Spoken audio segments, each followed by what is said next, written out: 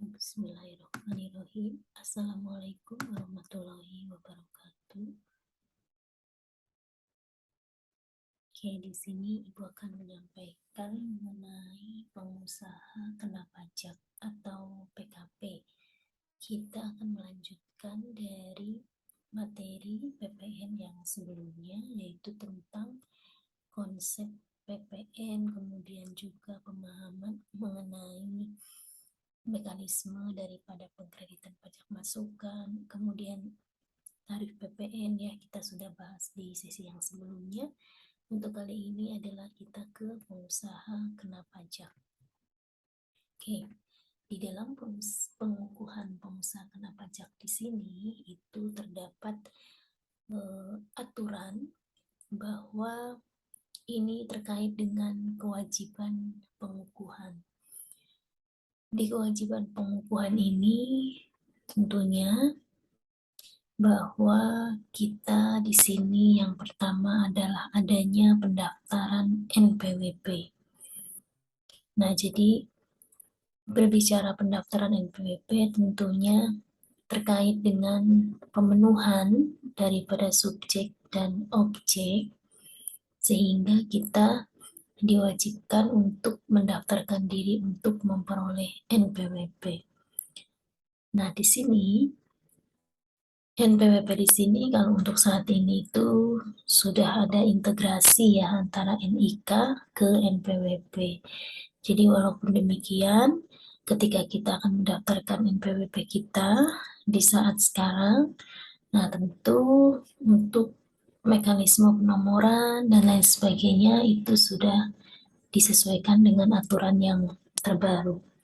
Oke, ketika kita memiliki NPWP di sini, ketika wajib pajak tersebut memiliki omset ya lebih dari 4,8 miliar per tahun, ini maka diwajibkan untuk mengukuhkan sebagai pengusaha kena pajak atau PKP. Nah, kemudian di kriteria yang kedua, ketika omset dari WP tersebut, ya baik orang pribadi maupun badan, ketika omsetnya kurang dari 4,8, ini ada pilihan. Jadi, boleh milih sebagai PKP ataupun tidak sebagai PKP. Nah, dalam hal ini adalah sebetulnya wajib pajak kriteria ini tidak wajib PKP. Hanya boleh memilih ya, boleh memilih menjadi PKP. Nah, terkait dengan pengukuhan sebagai PKP ini, itu diatur di dalam pasal 1, pasal 4 ayat 1, ya, dan pasal 1 ayat 2 PMK 197, garis miring PMK 03 2013, di mana yang wajib dikukuhkan sebagai PKP ini adalah pengusaha yang apabila sampai dengan suatu bulan dalam tahun buku jumlah peredaran bruto dan atau penerimaan brutonya ini melebihi 4,8 miliar yang tadi Ibu sudah sampaikan ya.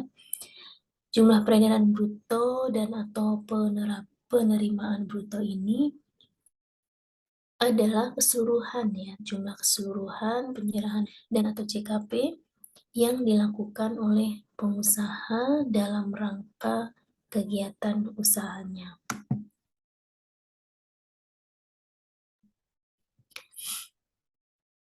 Selanjutnya terkait dengan pengusaha yang telah dikukuhkan sebagai pengusaha kena pajak atau PKP ini, itu wajib memungut, menyetor ya, dan melaporkan PPN atau PPN dan PPNBM yang terutang atas penyerahan BKP dan atau JKP yang dilakukannya.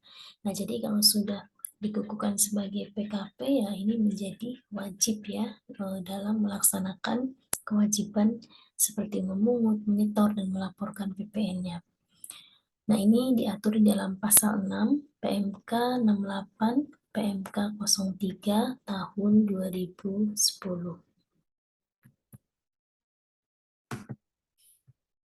Selanjutnya adalah kapan wajib PKP? Pertanyaannya. di sini terkait dengan kewajiban PKP ini, kita bisa lihat dari contoh ya, di sini misalkan di Januari, Februari ini adalah posisi praproduksi ya. Kemudian di bulan Maret ya, April ya, di sini Mei, Juni, Juli misalnya ya. Untuk Maret, April, Mei ini misalkan penyerahan ya. Kemudian di posisi sampai dengan Juli ini itu omsetnya sudah lebih dari 4,8 miliar. Nah, ketika dalam posisi ini, maka WP tersebut itu dapat lapor ya, atau dapat mengajukan sebagai pengukuhan atau dapat mengajukan pengukuhan ya, betul ya, pengusaha kena pajak. Nah, jadi kewajiban melaporkan usaha untuk dikukuhkan sebagai PKP ini dilakukan ini paling lama akhir bulan berikutnya ya, setelah bulan saat peredaran bruto ya, dan atau penerimaan brutonya melebihi 4,8. Nah, ini kan akhir bulan berikutnya, misalnya di bulan Juni ini sudah terpenuhi ya, untuk atau di bulan Juli ya sudah terpenuhi, omset itu sudah lebih dari 4,8, sehingga batas daripada kita bisa melaporkan untuk dikukuhkan itu berarti Agustus. Nah, Agustus ini adalah batas akhir bulan berikutnya, berarti bulan Agustus. Nah, ini diatur di dalam pasal 4 ayat 2 PMK 197 PMK 03 tahun 2013. Selanjutnya adalah terkait dengan objek pajak pertambahan nilai. Ini ada di pasal 4, pasal 16C, dan pasal 16D. Akan Ibu sampaikan pada video pembelajaran selanjutnya. Oke, itu saja yang dapat Ibu sampaikan. Assalamualaikum warahmatullahi wabarakatuh.